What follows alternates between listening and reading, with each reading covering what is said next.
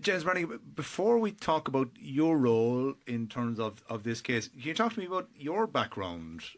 You were an officer with the PSNI.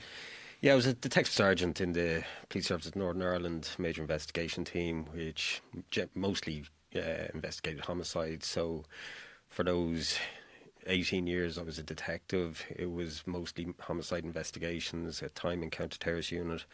But it is mostly the homicides that I was dealing with in the Police Service of Northern Ireland. And one thing I noticed more and more was the fact of the growth of the area of hidden homicides, where somebody is trying to conceal the fact that they've committed a murder, because it is so difficult to get away with murder today due to the growth of technology, whether it be CCTV. Most homes have CCTV now. The telematics in a car, the computers you carry in your pocket, otherwise known as a phone. It's very hard to get away with murder unless you make it look like accident, suicide or disappearance. Talk to me about the case of Katie Simpson then. Katie Simpson was a talented jockey, a young woman with a great future in front of her as a talented jockey. On August the 11th, 2020, I received a call about 1:30 from a member of the public saying they had concerns about the death of this woman. And what I was told by that person was that her mobile phone was missing, her computer was missing, and the guy that found her had serious convictions for violence against women, but it was not her partner. So I was a police officer at the time. I felt it was duty bound to look into this without divulging information, to look into it myself. And as soon as I looked at it, I had questions, and it's about, I believe, answering those questions. It's not to say jump and say this is suspicious and to lead conspiracy theories. These are basic questions. And in relation to Katie Simpson's case, she was alleged to have hung herself in the house. Why did he get her down, get her into the car? I had images of the house I could view. How did she hang herself where he said she hung herself? It didn't seem feasible. Why did he try to drive her to the hospital? Why, or where was her phone? These are basic questions I looked at straight away. And then when I saw the post-mortem photographs, I could see all linear bruising up her legs, bruising on her inner thigh, upper arms. Both her hands were bruised and swollen like boxing gloves, but then no ligature mark. Now, she had been in hospital for a week, and when I consulted with the pathologist, he told me that the bruises could have dissipated. I asked about the other bruises on her body. He said he'd been told she'd been trampled by a horse or she'd fallen from a horse. So there was a lot of questions I had in relation to this. I spoke to a previous victim of Creswell and spoke to a family that knew Katie, and I had concerns about the case. So this was Jonathan Creswell. Jonathan Creswell was her sister's partner, and they were all living in a house together up in Gortnessy Meadows in Derry. And I started to look at it. I brought it to my authorities. I was based in Armagh, with the major investigation team in Armagh. There's another major investigation team in Derry. There's 5 in total in Northern Ireland, and you cover your own jurisdiction. So I had no authority to look at this because it was outside my jurisdiction. However, every 5 weeks we do on call where we cover the whole country, and I knew at that time I could bring it, and it was in my jurisdiction, and I brought it to my authorities, and I said, gave them the facts of how she was found, the bruising on her body, the discrepancies over his account on body-worn footage, and my media boss said, yeah, we need to look at this. So we investigated for a weekend. Then when we started putting pressure on the police in Derry to look at it further due to the questions that still remained outstanding, it was an extremely challenging period. I'd never experienced anything like it in the police. We looked at it in January 21. Senior officers ordered that a murder investigation was to be carried out, and my team was to oversee the murder investigation. And culminated on the 3rd of March, we arrested him for the murder of Katie. The sociopath and controlling person he was, when he heard the evidence on the first day, he knew he couldn't beat this, and his last element of control was to silence Katie's voice in that court. So you've now used your experience to set up the Katy Trust to help, as you say, families in this situation.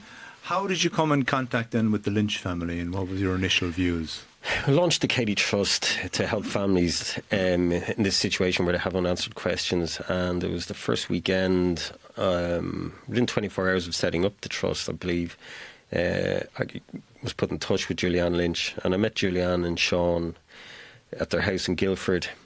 And the thing I've learned for the last 6 months of undischarging all the families are dealing with, it is the sheer trauma these families are facing.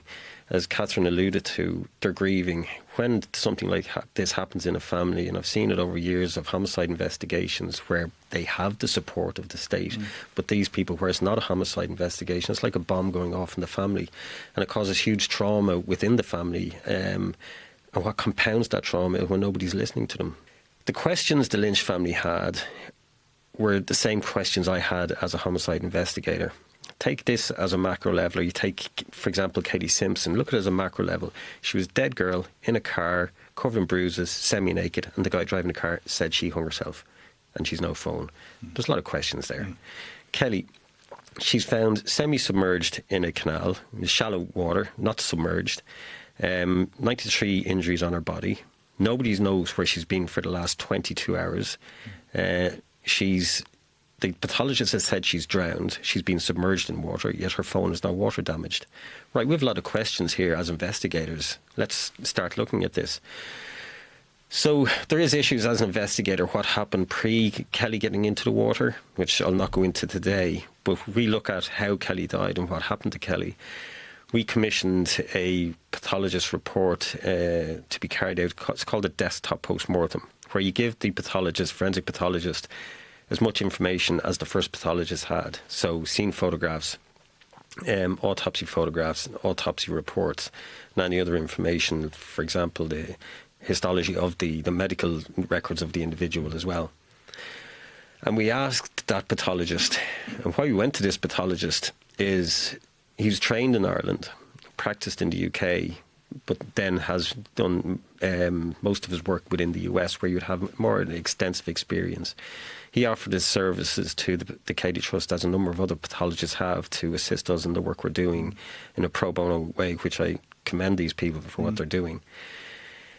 But what he did was he did an in-depth report, and into every injury, well, most injuries on Katie's body, he details what he believes caused the injury. But more importantly, he explains why he's come to that conclusion. And the most important thing he's established from his in-depth report is that there are a number of injuries on Kelly's body that are post-mortem, as post-mortem injuries inflicted on Kelly after she has deceased. Most notably, a fracture to her T10 vertebrae. To fracture a bone in your body, you would expect bruising around that wound. But on Kelly's autopsy, you can see there's no bruising in relation to that wound, externally or internally, which indicates that the heart is not beating, the blood is not flowing, so you will not have a bruise. There's also another laceration to her head, a deep wound, but again, it's post-mortem. There's no bruising internally from that wound, so the blood has not been pumping at that time. And if there's no blood matted in the hair, that part of the head wasn't submerged in the water at the time. Playing devil's advocate, if it had been submerged, you would still expect to find some within the hair, and there was no blood, as in the wound was not bleeding at that time because her heart wasn't beating. So what you're saying is you take the evidence that you have and you seek to match that against the reason or the rationale for the death. And in this case, this was believed to have been somebody who fell off a bridge, so she could have sustained injuries in a fall, and then either drowned or was unconscious and died of hypothermia. And what you're saying is that your forensic analyst has come back and said, sorry, these injuries are not consistent even with trauma like that. But they're not consistent with drowning either. And there's no evidence, both pathologists, the state pathologists and our pathologists, there's no evidence of hypothermia, which both rule out. The state pathologist gave a cause of death of drowning. that has to be based on either evidence of seeing somebody entering the water or evidence that somebody has been submerged in the water. A Garda briefed the pathologist, and it's in the pathologist's report, that it rained heavy on Friday. She would have been in the canal on Saturday when there was more water, and that would have dissipated by Sunday.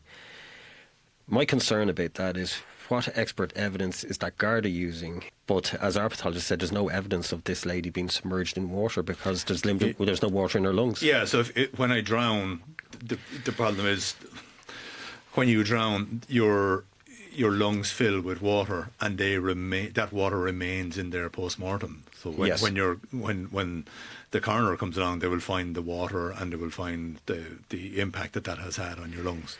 Yes, if you are submerged in water, you can drown also without a large amount of water in your lungs, which, we have to agree that can happen. But if somebody is submerged in water, naturally your lungs will fill if you are submerged in water. That's why most people who drown, they sink. But we can see she hasn't been drowned in the water, and we can see how the pathologist came to that conclusion because of the bias created by An Garda Síochána. Now, if we look at, and this is a whole issue with the coronial system in the UK and Ireland, in Katie's case, there was no ligature mark, so the pathologist wanted to speak to the person who found her. So he asked the detective present to ring Creswell. Creswell says, I found her hanging, she had a ligature around her neck, I removed it. So the pathologist then says, OK, this is possible hanging. So here you have a murder influencing pathologist. In Kelly's case, you have a Garda influencing a pathologist, where pathologists, I believe, should be ring-fenced to make the decision and give the evidence on how the person died. If they have any questions, well, then they ask the questions instead of the bias and answers coming pre the questions.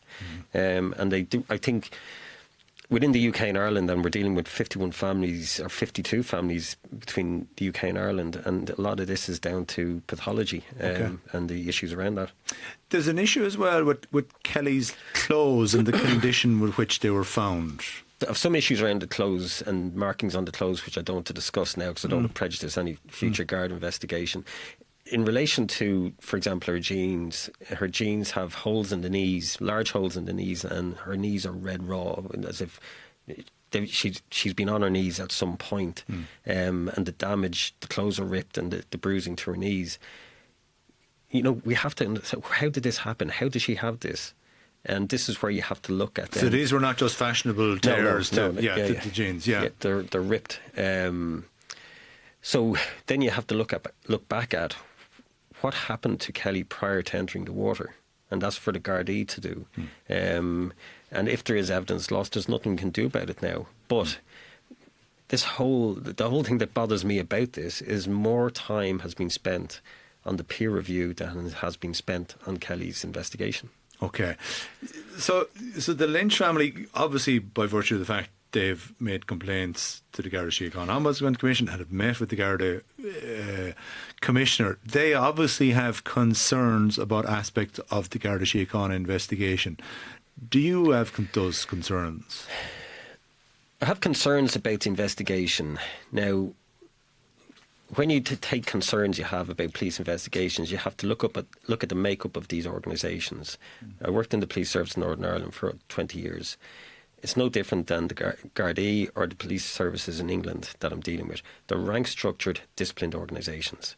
And when a bias is created or a pathway is right, this lady has drowned, there's very little that you can do to change that. It's like trying to turn an oil tanker. Once they've made that decision, it's very hard to change it for a number of reasons. If a pathologist has now said drowning, well, then that's it. Okay. We're not changing. The expert witness has said drowning, but you have to look at how the expert witness got to that conclusion. And the same with Katie Simpson. Because it was down as possible hanging, it was so hard to try turn that investigation around because senior officers were going, no, we can't go against what the pathologist said. Yeah, you already have the decision made. Do you believe that this case of Kelly Lynch should be upgraded to a murder investigation?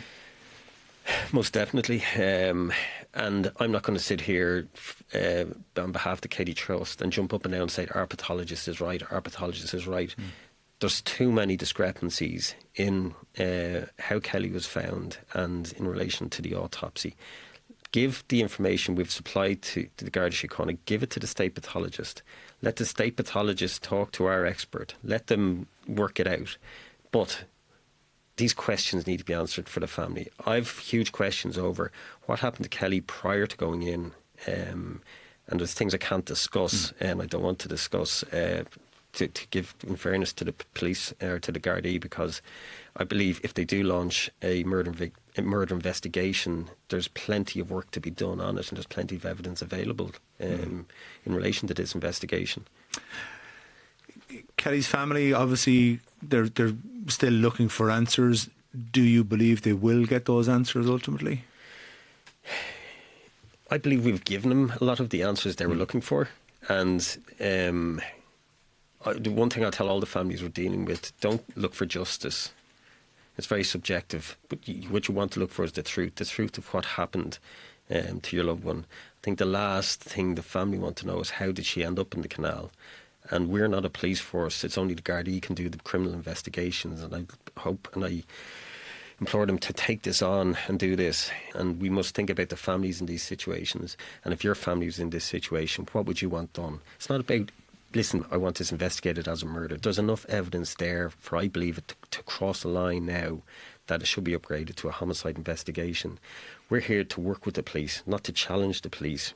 And we're willing to work with the Gardaí to get the answers for the family. Okay, James Brannigan, thank you very much. Thank you.